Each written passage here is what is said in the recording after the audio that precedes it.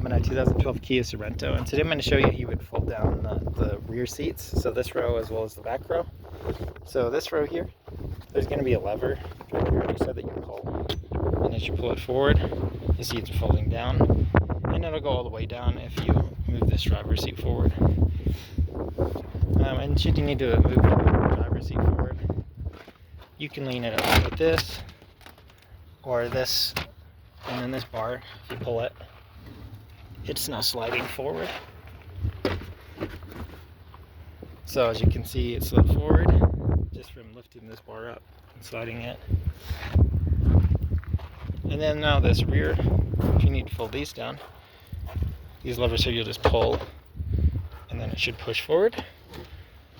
So there, and that folded all the way down.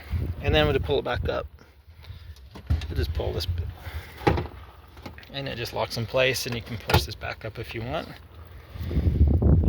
And it works the same for both sides. So this other side here, it's got that same lever, and then this has that same strap. But I hope this is helpful. Hope you have a wonderful day.